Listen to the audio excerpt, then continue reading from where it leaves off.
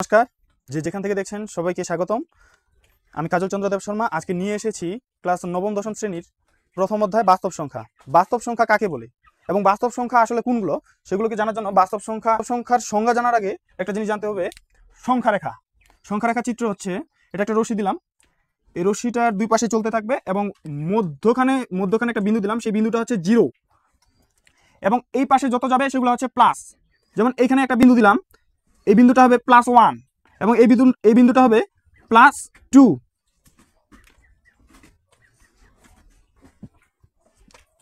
এই বিন্দুটা হবে +3। এই পাশেও আসি, এই বিন্দুটা হবে -1, এই বিন্দুটা হবে -2, এই বিন্দুটা হবে -3। এভাবে এই পাশেও চলতেই থাকবে। এটাই হচ্ছে সংখ্যা রেখার চিত্র। বাস্তব সংখ্যা আসলে কাকে বলে, বাস্তব সংখ্যা আসলে কোন সংখ্যাগুলো, তাহলে জানি আগে সংজ্ঞাটা জানি। যে সকল সংখ্যাকে সংখ্যা রেখায় প্রকাশ করা যায় সেই সকল সংখ্যাকে বাস্তব সংখ্যা বলে। যেমন 0, 0, 1, 2, 3, -4, -5, এগুলো প্রত্যেকটাই এক একটা বাস্তব সংখ্যা, কারণ এই সংখ্যাগুলোকে সংখ্যা রেখায় প্রকাশ করা যায়। যেমন 0 কে কথা প্রকাশ করা যায়, যে সংখ্যা রেখার মাঝখানে 0 কে প্রকাশ করা যায়, তাহলে এই 0 আছে। তারপরে 1 এখানে বসা যায় সংখ্যা রেখার ডান দিকে, 1, 2 প্লাসের গুলা, আর এইদিকে হচ্ছে মাইনাসের গুলা। তাহলে 1, 2, 3, 4, 5, 6 প্লাস গুলো যেগুলো আছে ডট চলতে থাকবে, এগুলো হচ্ছে সংখ্যা রেখায় প্রকাশ করা যায়। এবং -1, -2, -3 ডট চলতে থাকবে। এভাবে এই সংখ্যাগুলোকেও সংখ্যা রেখায় প্রকাশ করা যায়, সে কারণে এগুলো হচ্ছে বাস্তব সংখ্যা। আর ক্লাস নবম দশম শ্রেণীর যে বইটা আছে, সেই বইটাতে বাস্তব সংখ্যার একটা সংজ্ঞা আছে, যে সকল মূলত ও অমূলত সংখ্যাকেই বাস্তব সংখ্যা বলে। সংখ্যাকে মূলত দুই ভাগে ভাগ করা হয়, একটা হচ্ছে মূলত সংখ্যা, আরেকটা হচ্ছে অমূলত সংখ্যা। মূলত সংখ্যা কাকে বলে? যে সকল সংখ্যাকে p/q আকারে প্রকাশ করা যায় তাদেরকে মূলত সংখ্যা বলে, এবং যে সংখ্যাকে p/q আকারে প্রকাশ করা যায় না সে সকল সংখ্যাকে অমূলত সংখ্যা বলে। যেমন সংক্ষিপ্তভাবে লিখে দিচ্ছি, যে p/q আকারে যেগুলোকে প্রকাশ করা যায় সেগুলো হচ্ছে বাস্তব সংখ্যা, এবং q এর মান ≠0, এটা হচ্ছে শর্ত, ≠0। এবং অমূলত সংখ্যা, যে সংখ্যাগুলোকে p/q আকারে প্রকাশ করা যায় না সে সকল সংখ্যাই হচ্ছে অমূলত সংখ্যা। যেমন যে উদাহরণ 1.2.179 ডট চলতেই থাকবে। এটাকে আসলে p/q আকারে প্রকাশ করা যায় না, কিন্তু এরকমই একটা সংখ্যা যখন ডট থাকবে না, অর্থাৎ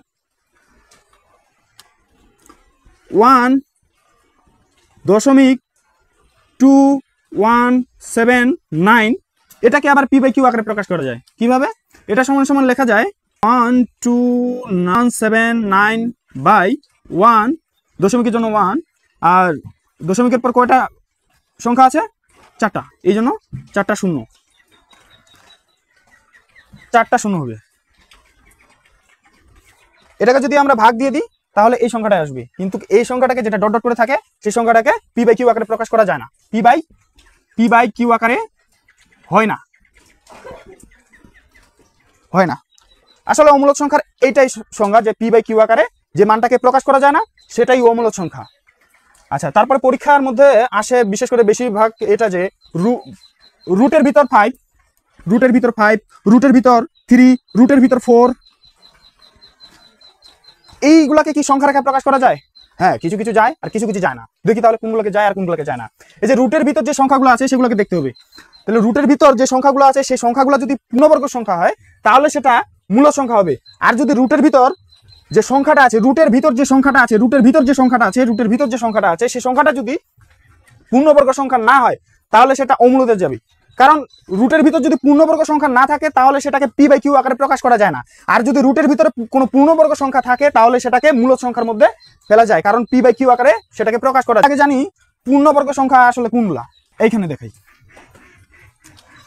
এই যে 1, 2, 3, 4, এগুলোর উপর যদি স্কয়ার দিই, যে মানটা পাবো, 1 এর উপর স্কয়ার দিলে 1 এ পাবো, 2 এর উপর স্কয়ার দিলে 4 পাবো, 3 এর উপর স্কয়ার দিলে 9 পাবো, 3 থেকে 9 হয়, এবং 4 এর উপর স্কয়ার দিলে 16 পাবো।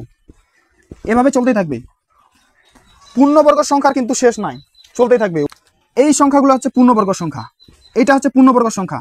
এই যে ঘরের মধ্যে দিচ্ছি এটা হচ্ছে পূর্ণবর্গ সংখ্যা, এইটাও একটা পূর্ণবর্গ সংখ্যা, এইটাও একটা পূর্ণবর্গ সংখ্যা।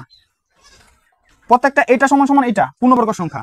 তাহলে যে এই সংখ্যাগুলো যদি থাকে 1, 4, 9, 16 ডট ডট চলতে থাকবে। এই সংখ্যাটা যদি রুটের ভিতরে থাকে তাহলে সেটা মূলদ সংখ্যা। আর এই সংখ্যা ব্যতীত অন্য কোনো সংখ্যা যদি থাকে, যেমন 2 3 5 7 ডট ডট চলতে আসি, এই সংখ্যাগুলো কিন্তু পূর্ণবর্গ সংখ্যা নয়। এই সংখ্যাটা যদি রুটের ভিতরে থাকে তাহলে সেগুলা অমূলদ সংখ্যা। দেখি তাহলে কিভাবে। এইগুলা যদি থাকে রুটের ভিতরে তাহলে সেটা অন্ততপক্ষে পি বাই কিউ আকারে প্রকাশ না হলে কিন্তু মূলদের কাছে পড়বে না, মূলদের ভিতরে পড়বে না। তাহলে √4টাকে দেখি। √4 এটা তাহলে যেহেতু এটা পূর্ণবর্গ সংখ্যা, সেহেতু রুটের ভিতর 4 আছে, তাহলে এটাকে পূর্ণবর্গ সংখ্যার উপরে রুট আছে, তার মানে এটাকে তো মূলদ সংখ্যা হওয়া উচিত, মানে পি বাই কিউ আকারে হওয়া উচিত। তাহলে দেখি এই যে 4, আচ্ছা এখানে দেখাই 4কে আমরা কি লিখতে পারি? 2 এর উপর স্কয়ার। 2 এর উপর স্কয়ার বলতে হচ্ছে দুইটা 2 গুণ আকারে আসি। তাহলে 4 সমান সমান 2 স্কয়ার লিখতে পারি। তাহলে রুটে থাকলো 4টাকে আমরা 2 স্কয়ার করব।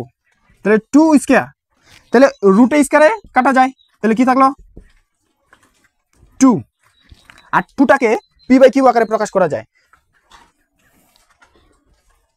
2টাকে পি বাই কিউ আকারে প্রকাশ করা যায়, যেমন 2/1 ক্যালকুলেশন করলে আসবে 2।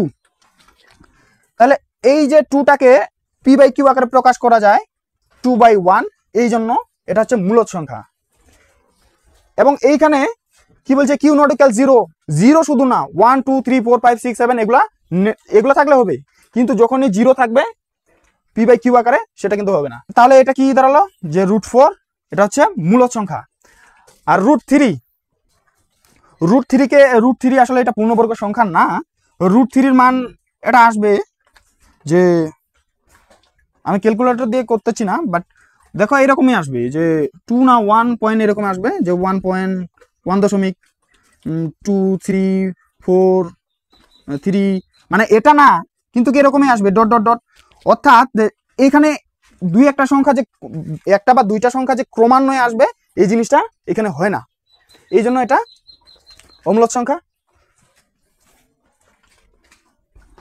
এবং √5ও তাই, যে এখানে হয়তোবা জানি না ক্যালকুলেশন করলে কি আসবে, এটা তোমরা নিজেরাই করে নিও, কিন্তু এটা আমি জানি যে এটা পূর্ণবর্গ যেহেতু সংখ্যা নয় সেহেতু এটা অমূলদে পড়বে। আর যদি পূর্ণবর্গ সংখ্যা হতো তাহলে কিন্তু এটা অটোমেটিক্যালি মূলদ সংখ্যার এখানে পড়তো, এটা আসবে সেরকমই কিছু। তো তোমরা দেখে নিও ক্যালকুলেটরে। যদি এখন জানি যে, তাহলে রুটের ভিতরে যদি, এখানে বলেই দিই, রুটের ভিতরে যদি পূর্ণবর্গ সংখ্যা থাকে, রুটের ভিতরে যদি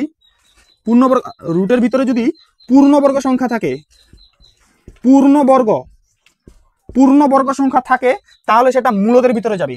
আর রুটের ভিতরেই যদি পূর্ণবর্গ সংখ্যা নয় এমন সংখ্যা থাকে তাহলে সেটা অমূলদ সংখ্যার মধ্যে যাবে। বর্গ নয়, যেমন কোন সংখ্যাগুলো পূর্ণবর্গ? এই যে এই সংখ্যাগুলো পূর্ণবর্গ, এই যে 1 4 9 16 ডট ডট চলতে থাকবে। এবং কোনগুলো পূর্ণবর্গ নয়, যেমন 2 3 7 2 3 7 5 এই সংখ্যাগুলো পূর্ণবর্গ নয়। যদি রুটের ভিতরে এই সংখ্যাগুলো থাকে যেগুলো পূর্ণবর্গ নয় তাহলে সেটা অমূলদ হয়ে যাবে। আর যদি রুটের ভিতরে পূর্ণবর্গ সংখ্যা থাকে তাহলে সেটা মূলদ হয়ে যাবে। এখন আরেকটা বিষয়, আচ্ছা দেখি, এগুলোকে মুছে দিই। যেমন এর মান পরীক্ষা আসতে পারে, নৈবিত্তিক দিতে পারে যে কোনো সংখ্যা দিল না, দিয়ে দিল একটা অপশনে যে নিচে কোন সংখ্যাটি অমূলদ সংখ্যা, বাকিগুলো সংখ্যা দিল আর শুধু একটা অপশনে দিয়ে দিল, তাহলে কিন্তু ওই সংখ্যাটা যদি 1 2 3 4 দেয়, অর্থাৎ ধরো ক নাম্বারে খ গ আর ঘ 4টা আসন আছে, একটা বললো যে নিচের কোনটি অমূলদ সংখ্যা। প্রথম অপশনে দিল 1, দ্বিতীয় অপশনে দিল 2, তৃতীয় অপশনে দিল 3 আর চতুর্থ অপশনে দিল ই। তাহলে নিচের কোনটি অমূলদ সংখ্যা? অপশনের উত্তর হবে কিন্তু এটা, কারণ 1কে পি বাই কিউ আকারে প্রকাশ করা যায়, 1/1 সমান সমান 1 আসে। 2কে পি বাই কিউ আকারে প্রকাশ করা যায়, 2 2/1 2 3 কে 3/1 সমান সমান 3 কিন্তু কি এর মান হচ্ছে 2.718 ... এই কারণে এই সংখ্যাগুলো শুধু অসীম, যার শেষ নেই। অসীম, অনাবৃত, আবৃত নয়। আবৃত জিনিসটা হচ্ছে পৌনঃপুনী বা আবৃত কথাটা একই। পৌনঃপুনী যেমন 3-র উপর এই যে বিন্দুটা এইভাবে যদি থাকে তাহলে সেটা এইটাকে বলে আবৃত, এই চিহ্নটাকেই বলে আবৃত বা পৌনঃপুনী। 3-র উপর আবৃত, 3-র উপর পৌনঃপুনী। তার মানে অসীম অনাবৃত, যেখানে আবৃত নেই অসীম অনাবৃত দশমিক ভগ্নাংশ। তাহলে এই যে এই সংখ্যাটা যে আছে এটা অসীম, এটা কিন্তু শেষ নেই।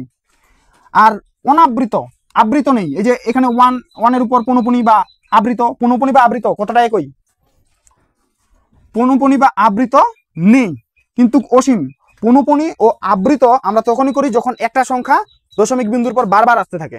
যেমন 3.444 এই যে সংখ্যাটা আছে ... তখনই আমরা 3.4 পৌনঃপুনী দিয়ে থাকি, অর্থাৎ এটা সমান সমান এটা।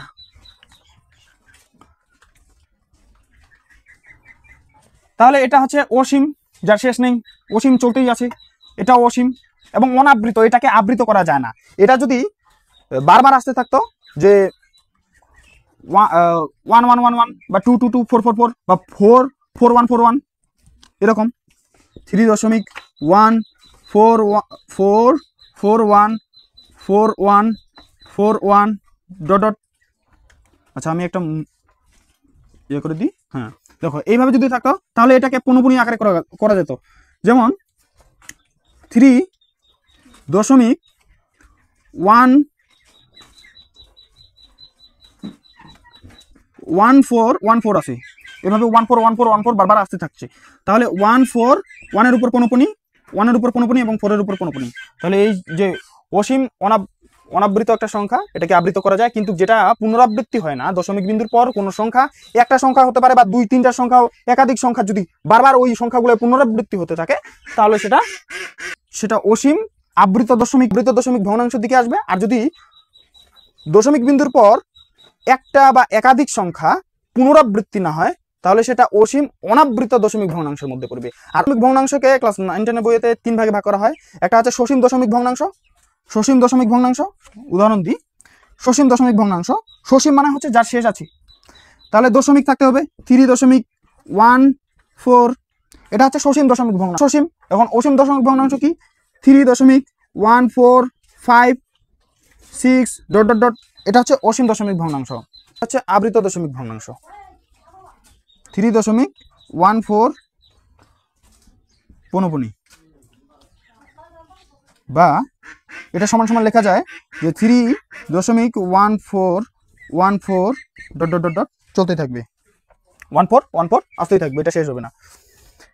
3 ভাগে ভাগ করা হয়। এই 3 ভাগের মধ্যে সসীম দশমিক ভগ্নাংশ এবং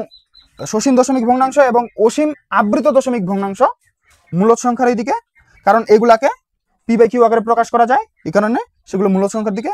আর অসীম অনাবৃত দশমিক ভগ্নাংশ, এই যে অসীম অনাবৃত, এইটা হচ্ছে অসীম অনাবৃত, আবৃত নেই। অসীম অনাবৃত দশমিক ভগ্নাংশটাকে p/q আকারে প্রকাশ করা যায় না।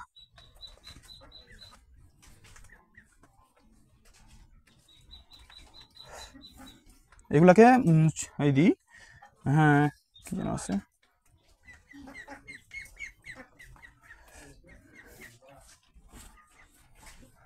একটা খুবই গুরুত্বপূর্ণ বিষয় যে রুটের ভিতরে যদি 7 থাকতে পারে, রুটের ভিতরে 5 থাকতে পারে, রুটের ভিতরে 9 থাকতে পারে, এগুলোর মধ্যে কোনটা আসলে মূলদ সংখ্যা আর কোনটা অমূলদ সংখ্যা সেটা বিবেচনা হবে এই রুটের ভিতরে যে সংখ্যাটা আছে সেই সংখ্যাটা যদি পূর্ণবর্গ সংখ্যা হয় তাহলে সেটা মূলদ সংখ্যা, আর যদি পূর্ণবর্গ সংখ্যা না হয় তাহলে সেটা অমূলদ সংখ্যার দিকে চলে যাবে। পূর্ণবর্গ সংখ্যা কোনগুলো? যেমন 1-এর উপর স্কয়ার দিলে কত হয়? 1 হয়। 2-এর উপর স্কয়ার দিলে কত হয়? 4 হয়। 3-এর উপর স্কয়ার দিলে কত হয়? 9 হয়। এগুলো হচ্ছে ডট ডট চলতে থাকবে পূর্ণবর্গ সংখ্যা। পূর্ণবর্গ সংখ্যা শেষ নেই। এখন মূলদ সংখ্যা, মূলদ সংখ্যাকে কয় ভাগে ভাগ করা হয়? দুই ভাগে। একটা হচ্ছে পূর্ণ সংখ্যা আর একটা হচ্ছে ভগ্নাংশ। পূর্ণ সংখ্যা কাকে বলে? শূন্য সহ সকল ঋণাত্মক ও ধনাত্মক সংখ্যাকে পূর্ণ সংখ্যা বলে। শূন্য সহ সকল ধনাত্মক ও ঋণাত্মক সংখ্যাকে পূর্ণ সংখ্যা বলে। পূর্ণ সংখ্যার উদাহরণটা দিয়ে দিই, যে ডট ডট ডট ডট -3, -2, -1, -0, -1, +1, +2, ওগুলা মাইনাসের দিকে, -1, -2, -3 ডট ডট চলতে থাকবে, -4, -5। আর এইগুলো হচ্ছে শূন্য থেকে বড়, 1, 2, 3 ডট ডট চলতেই থাকবে। আসলে পূর্ণ সংখ্যা শেষ নেই। তাহলে শূন্য সহ, শূন্যটাকে নিব শূন্য সহ সকল ধনাত্মক। ধনাত্মক বলতে হচ্ছে যেগুলো হচ্ছে প্লাসের মান, যেমন 1, 2, 3, 4, 5, 6 এগুলো হচ্ছে প্লাসের মান। তো শূন্য সহ সকল ধনাত্মক ও ঋণাত্মক, ঋণাত্মক হচ্ছে -1, -2, -3 ডট ডট এগুলো। তো এই সকল সংখ্যাকেই পূর্ণ সংখ্যা বলে। আর ভগ্নাংশ, ভগ্নাংশ কাকে বলে? কোন সংখ্যাকে লব ও হর আকারে প্রকাশ করাকেই ভগ্নাংশ বলে। দেখো, পূর্ণ সংখ্যাকে তিন ভাগে ভাগ করা যায়। একটা হচ্ছে ধনাত্মক সংখ্যা, একটা হচ্ছে শূন্য, আর একটা হচ্ছে ঋণাত্মক সংখ্যা। ধনাত্মক সংখ্যা কাকে বলে? শূন্য থেকে বড় যে সকল সংখ্যা রয়েছে তাদেরকে ধনাত্মক সংখ্যা বলে। যেমন 1, 2, 3, 4, 5 ডট ডট, অর্থাৎ চলতে থাকবে ক্রমান্বয়ে। এবং ঋণাত্মক সংখ্যা কোনগুলো? শূন্য থেকে সকল ছোট সংখ্যাকে ঋণাত্মক সংখ্যা বলে। তাহলে ঋণাত্মক সংখ্যাগুলো হবে -1, -2, -3, -4 ডট ডট চলতে থাকবে। তাহলে পূর্ণ সংখ্যাকে তিন ভাগে ভাগ করা হলো। একটা হচ্ছে ঋণাত্মক সংখ্যা, একটা হচ্ছে শূন্য, আর একটা হচ্ছে ধনাত্মক সংখ্যা। উদাহরণগুলো দিয়ে দিচ্ছি। এখন ধনাত্মক সংখ্যাকে আবার তিন ভাগে ভাগ করা হয়। একটা হচ্ছে 1 যৌগিক সংখ্যা ও মৌলিক সংখ্যা। আর মৌলিক যৌগিক সংখ্যা হয় ধনাত্মক সংখ্যারই। যেমন ধনাত্মক সংখ্যাগুলো কি কি? 1, 2, 3, 4, 5, 6, 7, 8, 9 ডট ডট চলতে থাকবে। তো ওই সংখ্যাগুলোরই মৌলিক যৌগিক সংখ্যা হয়। তাহলে মৌলিক সংখ্যার সংখ্যাটা হচ্ছে যে সকল সংখ্যার গুণনীয়ক দুইটি, একটি হচ্ছে 1, এবং প্রত্যেকটি মৌলিক সংখ্যার গুণনীয়ক কিন্তু 1, এবং যে সংখ্যাটির গুণনীয়ক বের করব সেই সংখ্যাটা যদি হয়। ধনাত্মক সংখ্যাকে তিন ভাগে ভাগ করা হয়: মৌলিক সংখ্যা, যৌগিক সংখ্যা ও 1। মৌলিক সংখ্যা কাকে বলে? কোন সংখ্যার গুণনীয়ক যদি 1 এবং ওই সংখ্যা যে সংখ্যার গুণনীয়ক বের করব সেই সংখ্যায় হয়, তাহলে সেই সংখ্যাটা হবে মৌলিক সংখ্যা। আর 1 আরেকটা হচ্ছে যৌগিক সংখ্যা। যৌগিক সংখ্যা কি? যে সংখ্যার গুণনীয়ক 1 এবং যে সংখ্যার গুণনীয়ক বের করছি সেই সংখ্যা, এবং সেটা বাদে যদি আরো অন্য কোনো সংখ্যা থাকে যেটা ওই সংখ্যার গুণনীয়ক, তাহলে সেটা হবে যৌগিক সংখ্যা। আচ্ছা, সহজভাবে বুঝিয়ে দিই। মৌলিক সংখ্যার গুণনীয়ক থাকবে দুইটি, যৌগিক সংখ্যার গুণনীয়ক থাকবে তিনটি বা তিনটিরও অধিক। অন্ততপক্ষে তিনটি গুণনীয়ক লাগবেই যৌগিক সংখ্যায়। মৌলিক সংখ্যায় দুইটি গুণনীয়ক থাকবে, এটা বাড়বেও না কমবেও না। যদি বাড়ে তাহলে এটা যৌগিকে যাবে, আর যদি কমে তাহলে এটা মৌলিক সংখ্যা হবে না। মৌলিক সংখ্যা হতে গেলে দুইটি গুণনীয়ক লাগবে।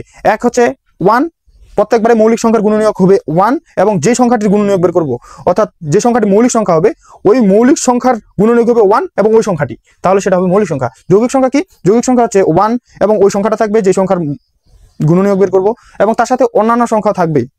যেমন ধরুন 1, 2, 3, 4, 5 এই সংখ্যাগুলোরই কিছু কিছু যাবে মৌলিকে, কিছু কিছু যাবে যৌগিকে, কিছু কিছু যাবে কিছু কিছু না, একটি সংখ্যা আছে এমন যেটা মৌলিকের মধ্যে পড়ে না, যৌগিকের মধ্যে পড়ে না।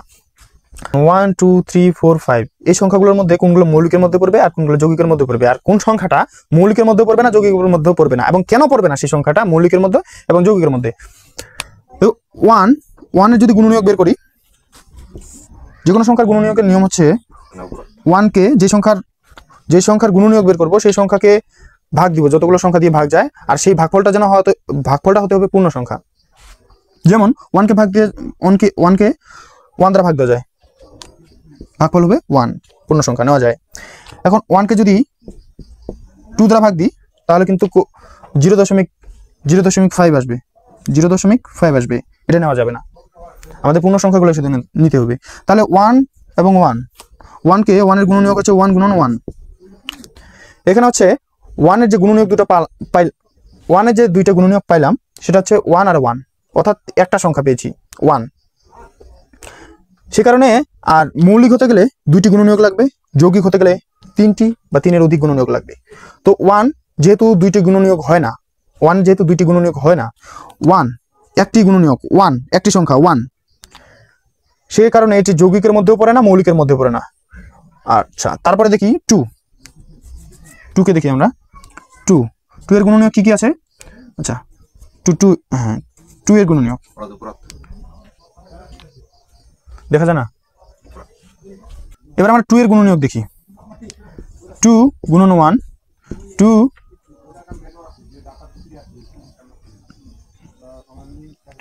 1 গুণন 2 2 কে ভাগ দিব 1 দ্বারা 2 আসবে। 2 কে ভাগ দিব 1 এর পর 2 দ্বারা 1 আসবে।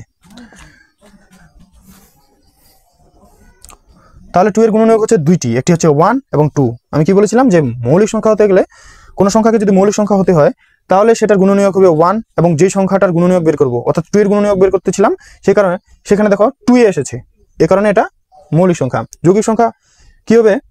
আচ্ছা যেমন 3, আচ্ছা এগুলো মিশিয়ে দিচ্ছি। যেমন 3 এর গুণনীয়ক কয়টি?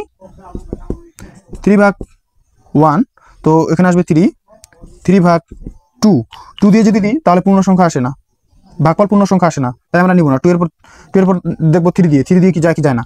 3 দিয়ে দেখি 3 ভাগ 3 কত হবে? 1। এরপরে কিন্তু আর যাবে না। যেগুলো 3 পর যদি দিই 4 5 6 7 যতগুলো দিই যতগুলো দিই সবগুলো দিয়ে যদি 3 কে ভাগ দিই যতগুলাই আসে, মানে ক্রমান্বয়ে যতগুলাই আসে, এগুলো দিয়ে যদি 3 কে ভাগ দিই তাহলে কিন্তু দশমিক আসবেই। সে কারণে আমরা আর যাব না, এখান থেকে শেষ। তো 3 গুণনীয়ক পাবো 3 সমান সমান 3 গুণন 1 3 সমান সমান 1 গুণন 3। 3 গুণনীয়ক দুইটি, একটি হচ্ছে 1 আর 3। 3 গুণনীয়ক পাওয়া গেছে দুইটি, এই কারণে 3 একটি মৌলিক সংখ্যা। এখন দেখি 4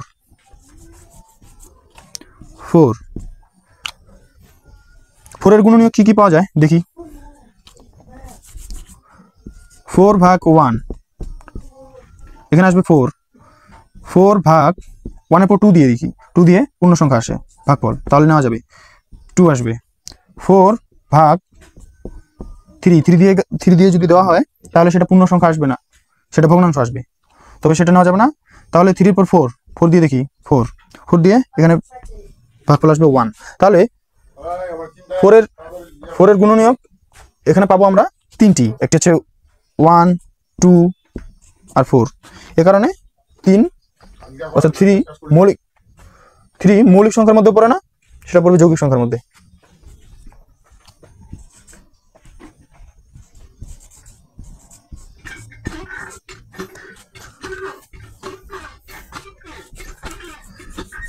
এবার ভগ্নাংশকে দুই ভাগে ভাগ করা হয়, একটা হচ্ছে সাধারণ ভগ্নাংশ আর একটা হচ্ছে দশমিক ভগ্নাংশ। সকল সংখ্যাকে পি বাই কিউ আকারে প্রকাশ করা হয় এবং কিউ নডিক্যাল 0, কিউ সমান সমান 0 হওয়া যাবে না, এবং কিউ নডিক্যাল 1, কিউ এর মান 1 হওয়া যাবে না।